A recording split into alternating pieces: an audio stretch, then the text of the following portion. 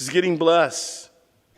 And Boaz was not interested in the field as the nearest kinman. He was interested in the bride, just like Jesus Christ. And verse 11 says, and all the people were at the gate. And the elders said, we are witnesses.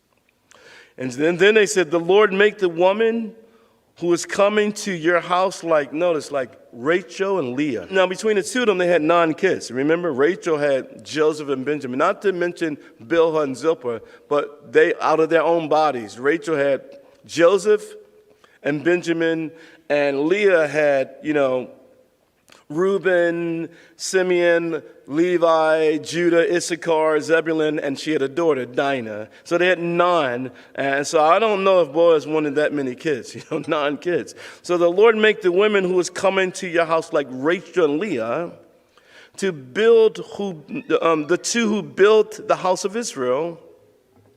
And may you prosper in Ephrathah, which means fertility or fruitful place, and be famous in Bethlehem, the house of bread. May your house be like the house of Perez, whom Tamar bore to Judah, because of the offspring which the Lord will give you from this, meaning Ruth, this young woman. So Boaz took Ruth. Praise the Lord. This is the wedding, y'all. This is awesome. You hear the music? Dun, dun, dun, dun, chow. Dun, dun, dun, dun. Dun, dun, and here Boaz. I said, Boaz, do you take this Ruth to be your? Absolutely. The rich and the poor, absolutely. For better and for worse, yeah, absolutely. He's not to the altar wondering. Some guys get to the altar and be like, you take this woman? I think so. And it says, Boaz took Ruth and she became his wife. Not his girlfriend. They didn't shack up together for a few weeks. They said, look, let's just test it out first. We'll shack up together, and then if it works out while we're shacking up for the first 6 months, we'll save money. The reason why we're shacking up is because we're trying to save money. People tell you that all the time. The reason why we live together is because we're trying to save money. And then they'll say, can y'all counsel? I said, yeah. I remember this one couple, this guy, we didn't know they wasn't married. They came to our church.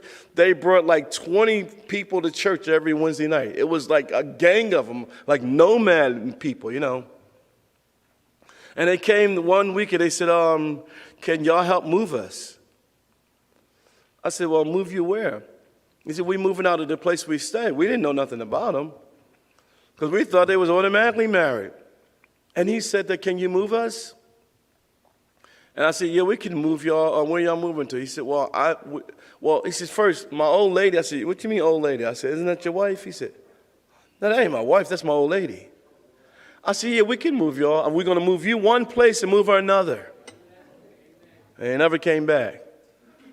So we're 20 people short at Bible study that next week. And I could care less because I was obeying the Lord. And when you make stands that's truth and that's right, you don't worry about all those other things.